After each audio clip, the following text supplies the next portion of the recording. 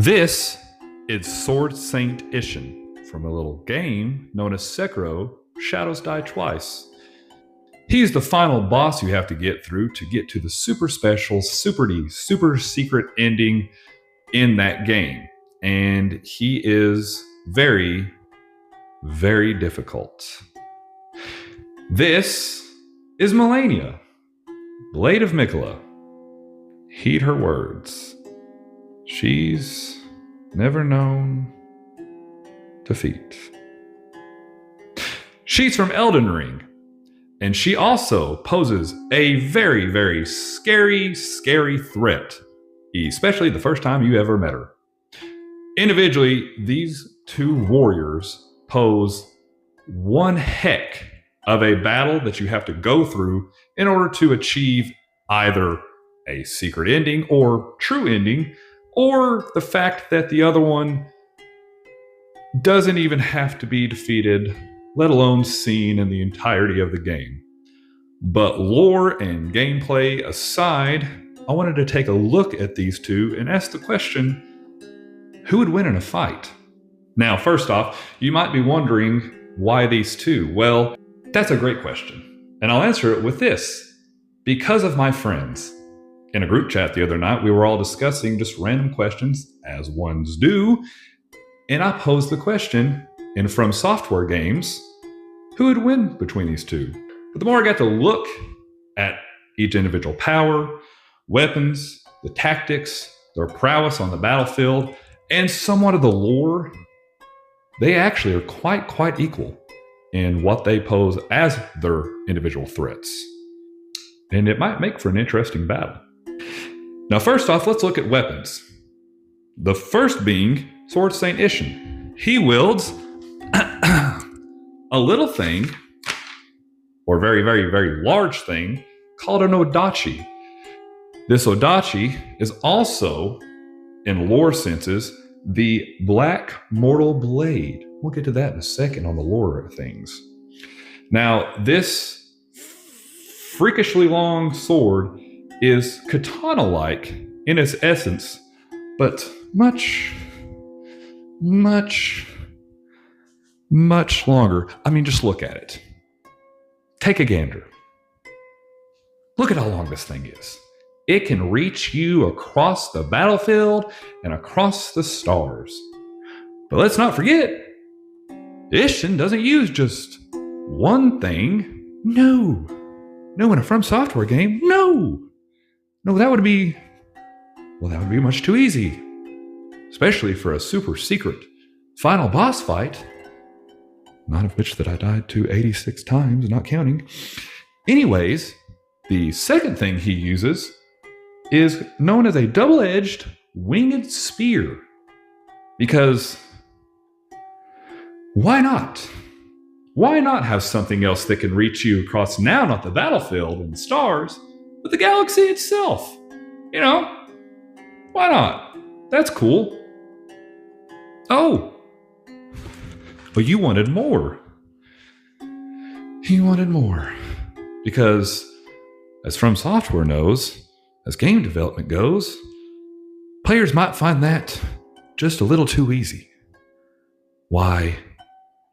Especially on the first encounter of this guy, why not give him a gun?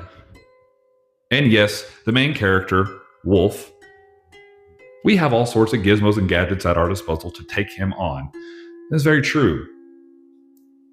Doesn't make it any less easy. Okay?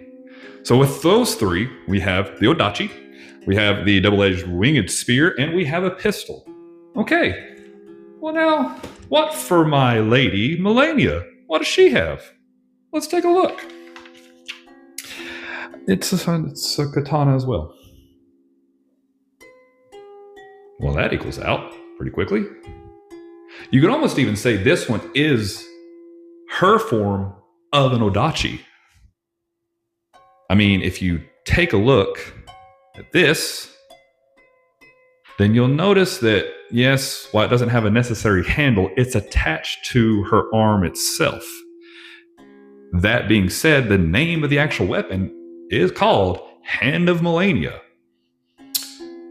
Blade of Mikola. Heed her words, she's never known. Sorry.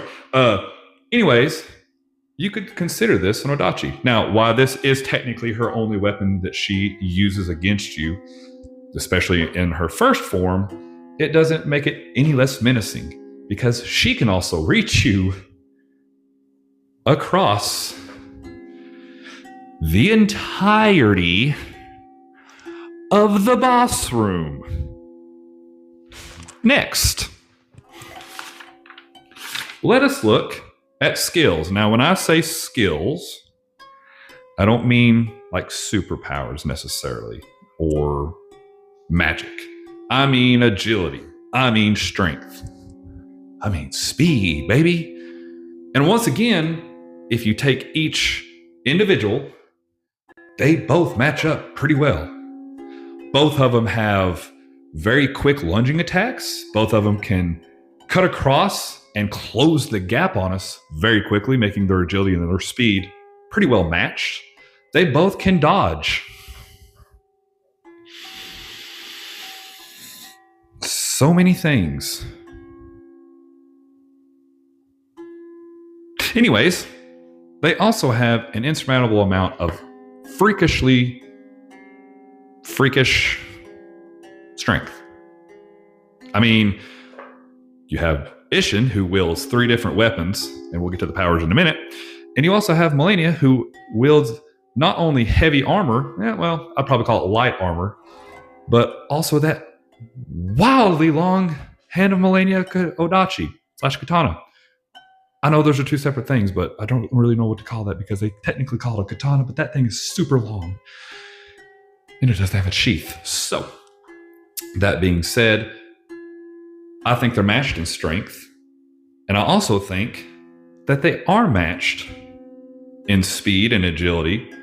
They are matched in also what I would consider battle tactics. Let's take, for example, Sword Saint Isshin is necessarily a general. I mean, in the lore sense, we'll get to that, is the fact that in Sekiro, he finds a way through many battles to be able to reach into the underworld, let's say, the spirit realm. Correct? Because that's what the Black Blade does. Ooh, lore drop. His mortal Black Blade actually cuts through our mortal world, allowing him to kind of come through, right? He figures that out during a lot of battles. A lot of battles. You can see it on his handsome face, all his scarring. And then you have Malenia, who learned battle tactics through many, many wars, protection of the Queen, Marika, but also the shattering through an epic fight with none other than Radon, in which we are left, especially as the players, who wins that fight? Well, Malenia says she's never known defeat. So according to that, maybe she won, but we fight Radon later on. But Radon's a different story. We're talking about the 2 main contenders here, Lady Malenia and my man Isshin. Now, as far as powers go, this is where it gets kind of wild. According to the lore, and according to some Google research, Isshin has what is known as God-tier swordsmanship, which means he's unmatched to anybody. Which kind of begs the question, how did he die in the first place in order to have to come back? And he also has superhuman quantities. That goes back to the agility, the speed, the defense, the strength. He can do these things. Now, why he cannot wield lightning itself or create it, I mean, he can, however, wield it. So in such things as a thunderstorm, he has semi-protection and he can almost what looks like cast it towards us. And that's scary, especially for someone who's maybe me, who didn't know that until the end of the game that you could throw it back. But lessons learned. He also, with his spear especially, and through the unsheathing of his sword at a very, very, very quick rate, can what looks like willed wind. So we have wind, we have lightning on his side. Okay, now let's go over to Malenia. Malenia herself, who was taught by a blind swordsman, learned what is a little thing known today as the most terrifying maneuver in all the video games. But it also has an element in the name. It starts with water. It's called the waterfowl dance, as seen in this little clip here. No players were harmed in the making of this clip, but I can assure you, many perished. Anyways, so she has that. If we go into her powers themselves, she also has something that Isshin actually doesn't have. And although it's similar in nature, because Sekiro uses, the posture or the posture break, which was, kind of the first game to do it. And that's why everybody started doing it. You break the posture, la-di-da-di-da-di-da. Slightly implemented in the other Souls games. We won't get into any of that. But if you have Sword Saint Isshin being able to use posture break and have a massive amount of posture, like the most, like a whole mountain could fall on this man and he would still just aura farm for quite some time. My lady, Malenia, she can self-heal, as we all know. So you have to kind of have a war of attrition with her and just get after it and really hope you're going to whittle her down before her health comes back. The other thing that she can actually do, which is a little bit of a lore drop, it's not really mentioned or, I guess, pun intended, seen in the battle itself, is she can actually and does battle you without sight, especially in her second phase when you can see her eyes are completely covered. So that's a little bit of environmental storytelling. The reason why she can do that is that goes back to how she was trained by a blind swordsman, so she relies more on sound than she does everything else. Yet I've never put that to the test. I wonder if anybody has. Let me know if you have. Of course, as we go into her second transformation, we can go kind of back and forth here on what they do with each step. Malenia has 2 forms. You could technically say Sword Saint Isshin has 3, with each one him wielding another weapon and him wielding, more and more elements as they come out. Now, she can actually, in her second phase, become what is known as the God of Rot and bleed out this stuff known as scarlet rot, worse than poison, worse than just a disgusting bile. This stuff touches you, it's almost instant that you're absolutely just watching your health whittle away. Now, mix that with the self-healing and you can't get near, and then the fact that she bombards you with that blossom attack over and over and over and over and over and over, etc., infinity, in the middle of the battle, it then still becomes a war of attrition against her. She's the God of Rot. He is known as the Sword Saint. Those two have very super meanings. Now, if we go back into the back and forth, his 3 phases, as he gets more powerful and start using more of his superhuman abilities versus hers, we have to go to the final thing. Now, let's break down really quickly. So what I am saying, personally, they're matched in weapons. I'm not going to really consider his spear and his gun a threat to Malenia. I would think this would be together and against the swords themselves. They're both not going to be able to do a lot of heavy-handed, far-off attacks. So this is going to be an up-close battle, much like she has with Radon. So she's going to be used to that, right? Kind of gets crazy. Their skills, I feel, are matched.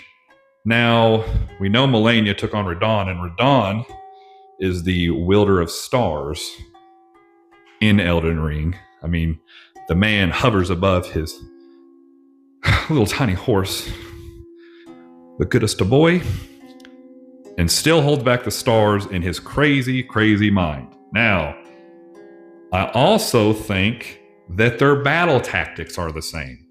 I feel them both being technical generals, Isshin being one in the truest sense, and Malenia kind of being bestowed upon that as a leader of an army for America during the Shattering. I feel it's very requisite of them being both kind of same-minded. They know how to take enemies on, they know how to attack, they know how to command. And boy, do they know how to ultimately control the battlefield in their, kind of defense or offense, whichever it needs to be. Their powers, we're going to start getting a little trickier with that. Isshin cannot heal, but remember we said his posture. So do we count posture as health in this? I don't think we necessarily do, but I do believe it being Isshin, and as much as he's very floaty in his combat, I believe that I think he gets away with not getting touched very much, at least by the Scarlet Rot. That's not to say he won't maybe get hit by it, but I would say that just like us players know how to do, he can dodge the blossom attacks or the aerial dives that she does. If you go with her waterfowl dance against him, he's going to be able to dodge that. And that's where it goes back to the agility. It's the speed and agility and the fact that we as players know they dodge a ton of stuff, and it's almost like you have to use something special in your inventory to catch these guys off guard, a special ability of your own to catch them off guard. You have to constantly against them both, him to break the posture, her to whittle down her health. You have to stay after them in order to ultimately, as us know, defeat them. But again, them against each other, not knowing that fact, and if we go into that, then I feel like both of their powers once again cancel each other out. I feel as Malenia, I think Malenia would dodge the lightning attacks. I feel Malenia would waterfowl her way through his wind attacks. And obviously, she's going to be dodging pistol attacks. I don't know if you've ever tried to throw anything against her in the battle before, but she just likes to do her little, like she's NBA court. She just sidesteps a whole lot of crap. Same with him. So where does that leave us? Where does that leave us? If I'm saying, and I take the defense now, before I get into this, I need to say, in the text chat, in the group chat that I had, I must clarify and have an ultimate disclaimer. I ultimately sided with Isshin winning this fight, mainly for the sake of winning an argument against my friend. But the reason why I went with Isshin in the first place was that I did technically say to my friend that he ultimately can rebirth himself over and over and over again. And that's crazy, right? That's kind of insane. How Malenia does it, it's technically the same thing. One, she's never known defeat. And if you take down her first phase, Isshin would soon learn that she's technically rebirthing herself into the God of Rot. I don't know about you, but the one thing that would terrify me more if I saw title on a name card, if I walked into a Walmart, it certainly wouldn't be, if I saw Sword Saint Isshin, I'd be like, that's a dope name. If I saw God of Rot, that's a little bit more terrifying. Now, with all that being said, let's get into it. The immortality defense. Okay, we have to drop a little bit of lore. The only way to technically defeat Isshin is with this sword right here. That sword is known as the Mortal Blade. So there's two blades, actually. There's the Black Mortal Blade, and then there's technically it's the Red Mortal Blade. You, as Sekiro Wolf, must wield that mortal blade during that fight in order to now kind of finish him off, cut his tether from both worlds completely. This is the only way to do it. Highlander style. Rip it out of his body, cut the tether with that blade, and it's over. He never can come back through anybody else, tear through the mortal realm and get from the spirit realm and all that stuff. It's the way he has to die. If you don't have that blade, then yes, technically he is immortal. However, the caveat being, he does, in a sense, have to have a sacrifice to do that. A willing sacrifice. In this sense, it's his nephew in the game that does that. You know, he kind of wears him like a icky skin suit for a split second in the cutscene. So, if you have that sword, you can technically kill him. But that's a very big if. You know, like I said, this is a super secret ending and a super secret boss fight that you have to go through the entire game and do some elements to get to him. Well, okay, now let's cut over to Malenia. Now, Malenia, like I said, she becomes, in her second phase, the god of rot. Hey, you've knocked her down. She knows this is her last. It's time to dial to 11, baby. Let's rock and roll. Bloom. Flower. Kapow. And with that, she is born not just with new armor or anything. No, why would that be easy? She's born with these magnificent, nasty-looking butterfly wings. Now she can fly. Great! Just what I wanted. I'm going to equivalent that to how you kind of, when you see a cockroach or a wasp inside your house, you know how they kind of become more terrifying? It's kind of how I felt when she came out of that blossom. You have heaved and hoed your way through her first phase for her to come up, and now you get to learn a whole new sequence of battling and actions and maneuvers, and all while she is spitting up this nasty scarlet rot stuff, and she can fly now. Your swords can't reach up there, which is why his pistol won't work in this instance, and his spear won't work in this instance. So the only thing I feel like he would have left is potentially his sword. Now, I would say he would have a little bit of advantage with his spear, got a little bit of longer reach, but as we all have learned in this instance, they both technically wield odachis, which are just the longest swords ever. But now I have to wonder, is she immortal when you get to her second phase?